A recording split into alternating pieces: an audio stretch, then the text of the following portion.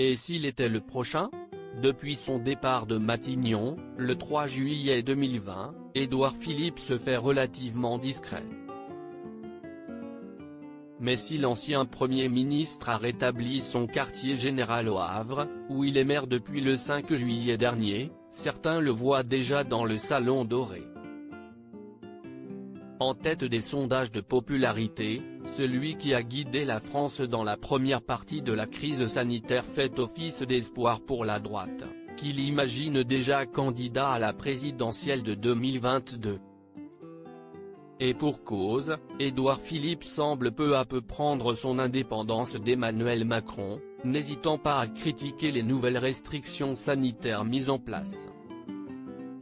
Ces mesures ne sont pas, je crois, justifiées par l'état actuel de la situation sanitaire, a-t-il regretté suite à l'annonce du nouveau confinement en Seine-Maritime et dans 15 autres départements, le 18 mars dernier.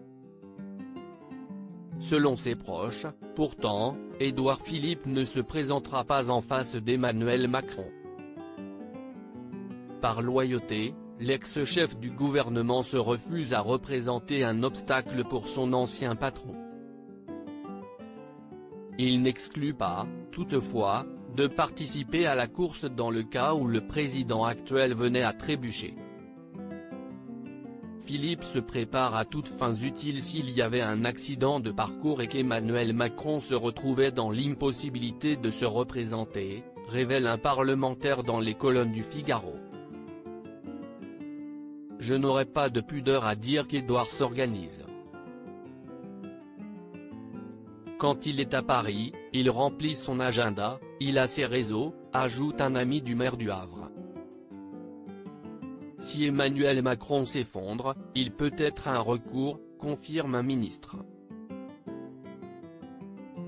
J'osais encore croire qu'Édouard Philippe sera réglo avec nous au sein de la sphère politique, tout le monde en a conscience, Édouard Philippe saura sortir de l'ombre au moindre signe de faiblesse d'Emmanuel Macron.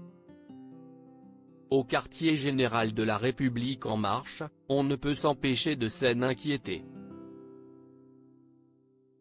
J'osais encore croire qu'Édouard Philippe sera réglo avec nous, déclare un macroniste.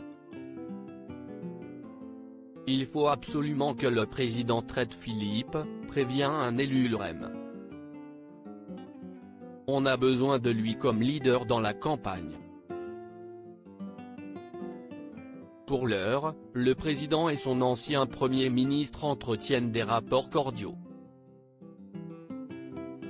Ils ont notamment déjeuné ensemble le 9 mars dernier, comme l'a révélé le journal du dimanche, et le maire du Havre devrait prochainement recevoir la Légion d'honneur de la part du chef de l'État.